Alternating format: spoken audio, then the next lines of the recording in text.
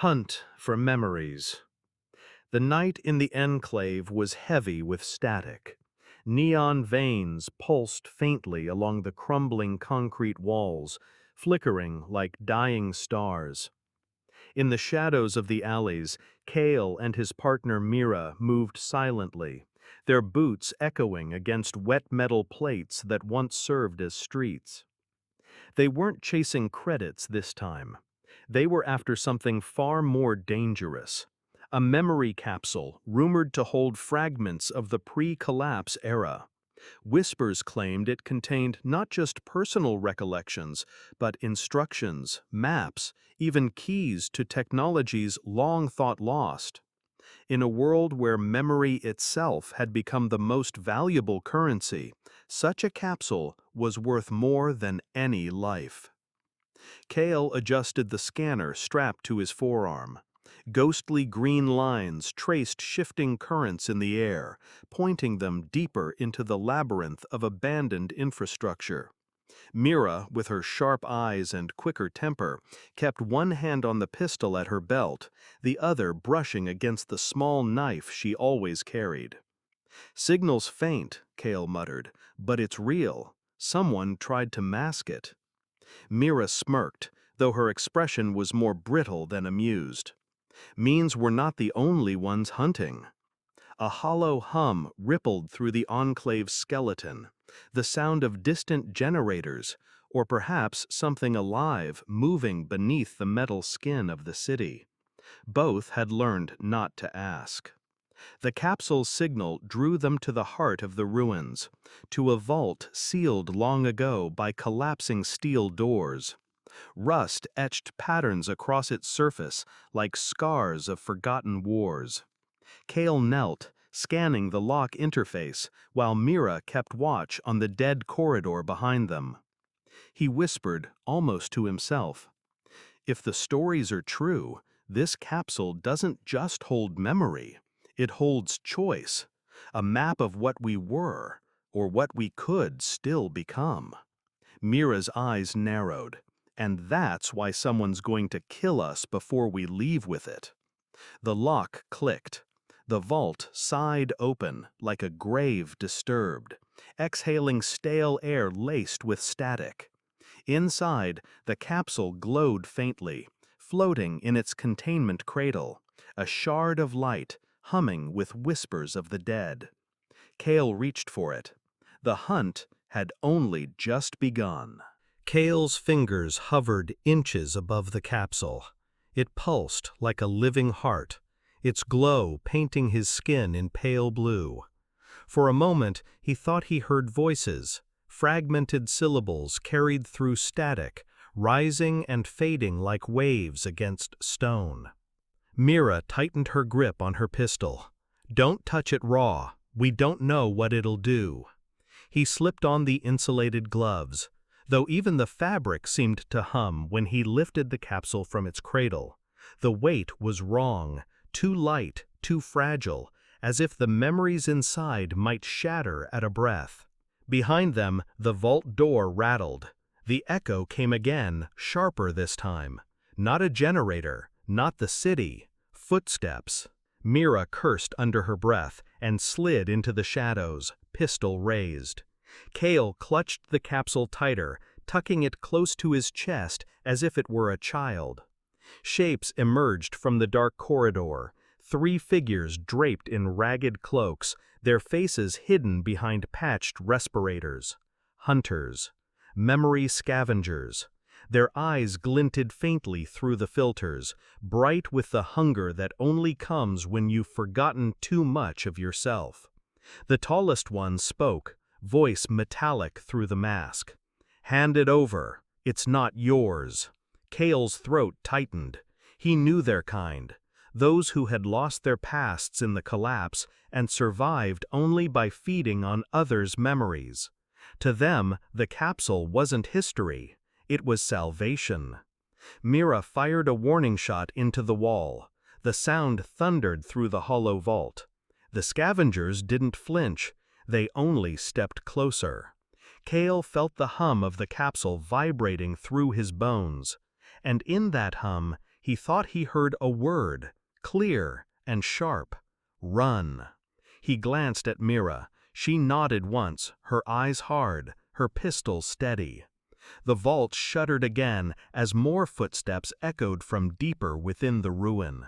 The hunt was no longer theirs alone. The corridor stretched like a throat of rust and shadow. Cale pressed the capsule against his chest, its faint glow pulsing through the fabric of his jacket. Every flicker felt like a heartbeat not his own. Mira moved ahead of him, pistol raised, her breath steady, though her eyes betrayed the sharp edge of fear. The scavengers followed at a distance. Their steps were deliberate, echoing with the slow hunger of predators. They did not rush. They didn't need to. In this broken city, time was their weapon. The longer the chase, the weaker their prey became. Cale's mind kept circling back to the hum he'd heard. Run. It wasn't imagination. The capsule spoke in fragments, bursts of language stitched from countless forgotten voices. He wondered if it was warning them or guiding them deeper into a trap. Mira stopped abruptly. She raised her hand, signaling silence. The hallway ahead split into three, each path descending into different levels of the ruins. The city's old architecture had collapsed into itself long ago, forming mazes where once there had been order. "We can't outrun them forever," she whispered. Her voice was flat, but her jaw tightened. "We need to choose a path." Cale stared at the three corridors. His scanner flickered weakly, unable to read so deep into the ruin. But the capsule throbbed, almost alive, glowing brighter when he turned his body toward the leftmost path. It was not logic, it was instinct, or something more. "This way," he said. Mira didn't question him. She never did, though he often wondered if that was loyalty or resignation. They descended into the narrow corridor, their boots splashing through shallow water that reeked of metal and decay. Pipes clung to the walls like exposed veins, dripping with condensation. The scavengers followed, their shadows stretching long across the walls. One of them began to hum, a broken melody, cracked and hollow, as if imitating the static of old machines. It wasn't a song, it was a ritual, a claim on the hunt. Cale's chest tightened. He remembered stories told in the enclaves, scavengers who devoured stolen memories until they no longer knew who they once were. They became something less than human, vessels filled with fragments that never belonged to them. In their hunger, they grew addicted. To them, Cale and Mira weren't people. They were just obstacles between the hunters and the capsule's glow. Deeper into the ruin, the air thickened. Cale's lungs burned. Mira's movements grew sharper, faster, as if urgency had infected her bones. The corridor widened suddenly, opening into a chamber flooded with pale light that filtered through shattered glass panels above. At the center of the chamber stood a machine, towering, skeletal, its frame twisted with rust, but still humming faintly. It resembled an altar more than a device, with cables dangling like entrails. Cale froze. He recognized the structure. It was a memory siphon, one of the old city's forbidden devices, a relic built to harvest human recollections and crystallize them into capsules like the one he carried. Most had been destroyed after the collapse. Few remain, hidden in ruins, waiting like open wounds. The capsule in Cale's arms vibrated violently now, as though it wanted to return to the siphon, as if it remembered being born there. He nearly dropped it from the force of its pulse. Mira turned to him, her face pale. "We can't stay. This thing will kill us." But Cale couldn't move. His thoughts spiraled, fractured, tangled with something not his own. Images poured into him, cities alive with neon before the collapse, voices laughing, children running across bridges that no longer stood. Then came fire, silence, and the great shut-off. He staggered. The capsule was bleeding memory into him. The scavengers entered the chamber. Their leader's voice cut through the static. The siphon still breathes. Give the capsule to us, and it will show you mercy. Mira raised her pistol, her knuckles white. I've seen their mercy. Kale struggled to breathe. His mind fractured between past and present.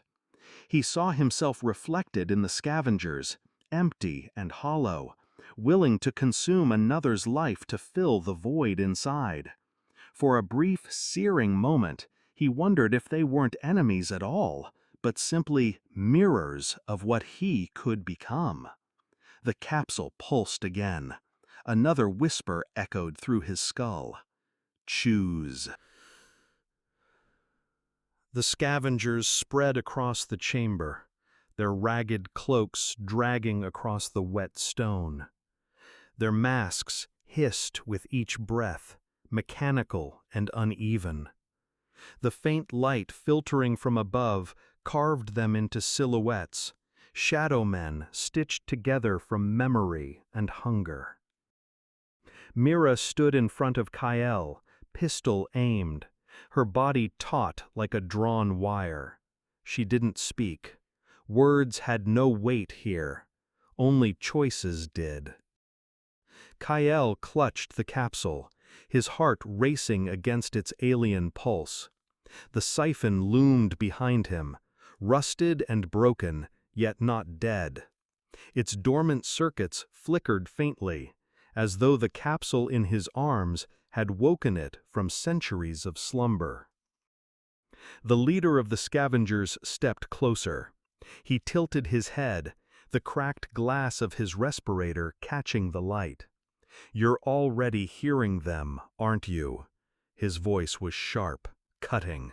"The memories, they're spilling into you. You'll drown before dawn." Kyle's knees shook. He had been drowning. Visions clawing through his skull, bleeding into his thoughts, until he no longer knew which memories were his and which were ghosts.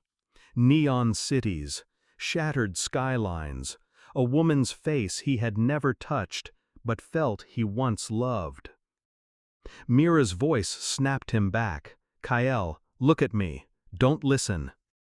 He forced his eyes to her, but the capsule burned hot against his chest, demanding, pleading, alive.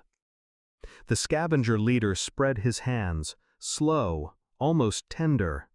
"You carry nothing but suffering. Give it to us. Let us drink it. You'll be free of it, boy." Kyle's grip tightened until his knuckles whitened. Free. The word echoed like a promise. He could let go, drop the weight, release himself from the storm. But he knew the truth behind the mask of mercy. Freedom for him meant chains for another. The scavengers would consume the capsule, and the fragments of countless lives would vanish into the hollow of their addiction. Mira took a step forward. Her voice was calm, steady as stone. "He's not giving you anything." The chamber held its breath. Water dripped from the broken glass above, each sound amplified into silence. Kyle's mind fractured again, showing him choices, branching like cracks across glass.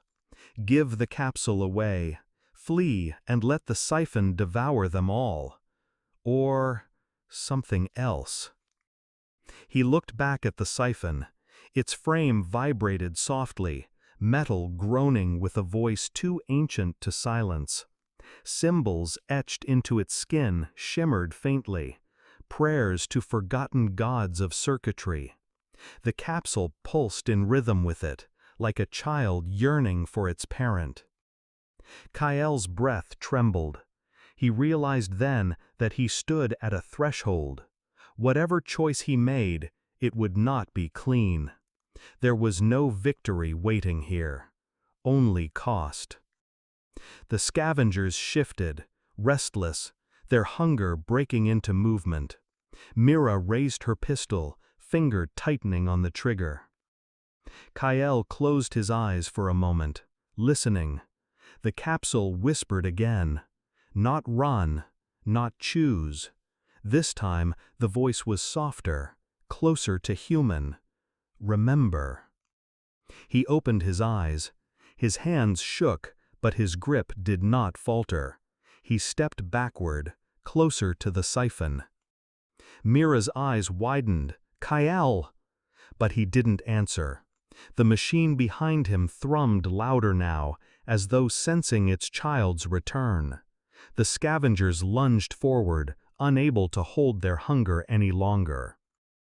The chamber erupted in sound, footsteps pounding, Mira's pistol cracking, the capsule's glow flaring white-hot. And in the center of it all, Kael stood between hunger and history, his body trembling under the weight of a choice that could not be undone. The chamber shuddered, as if the building itself felt the collision of hunger and memory. Mira's shots rang sharp, sparks blooming as bullets ricocheted off rusted metal. One scavenger fell, cloak folding into the wet floor, but two more surged forward with feral desperation.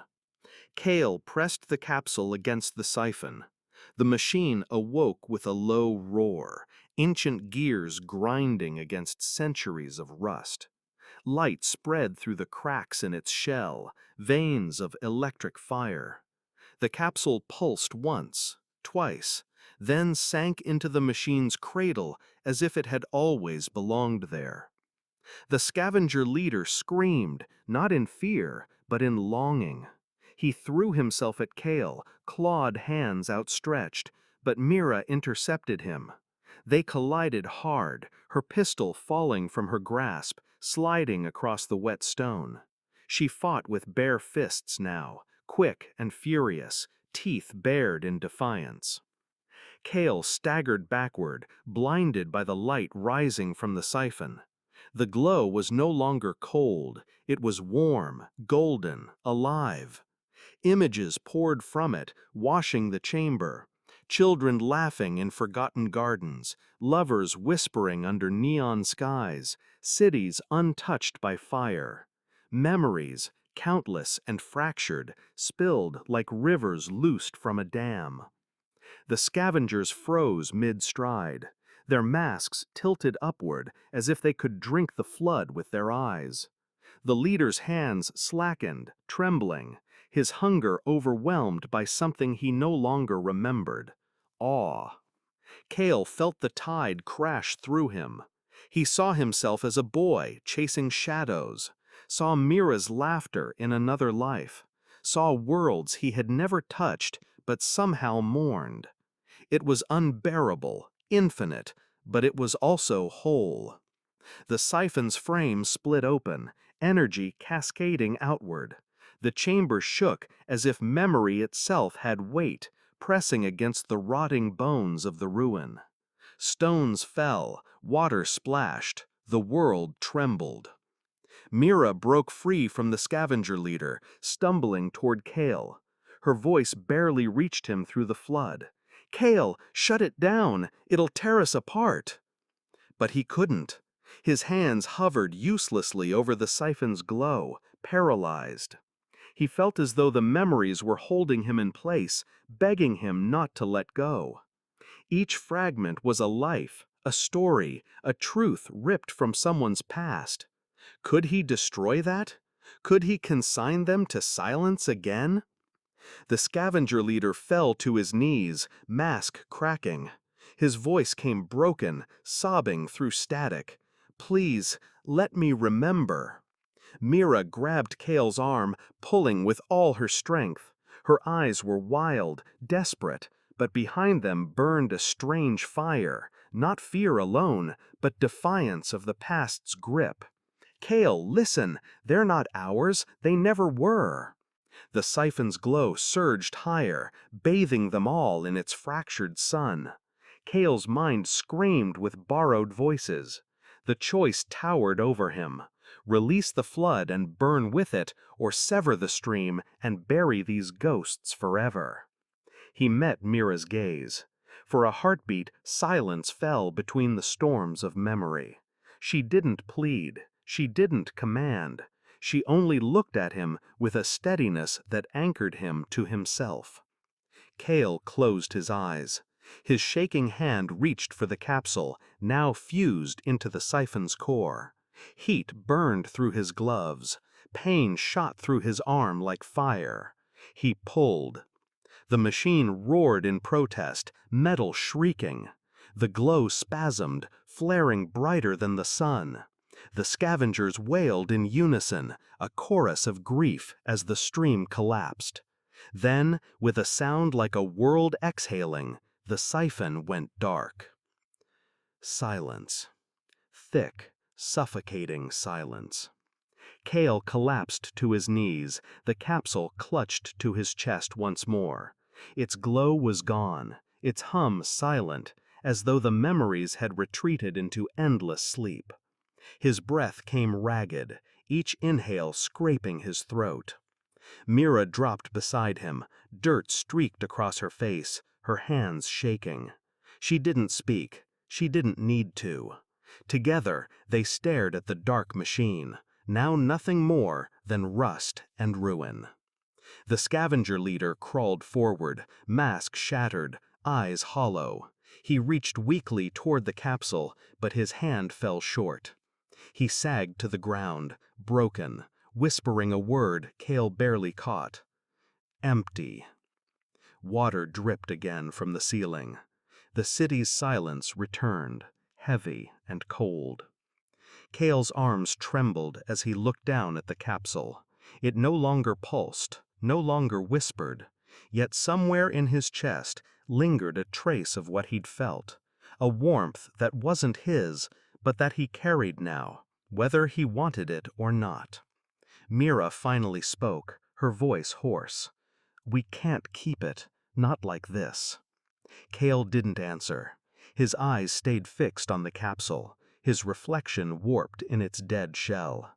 He knew she was right, but letting go again meant burying something he wasn't sure the world could afford to lose. The storm had passed, but the choice still lingered, suspended in the silence. And as they rose, leaving the ruin behind, Kale felt the weight of the capsule drag at his chest, not heavy, not alive, but waiting.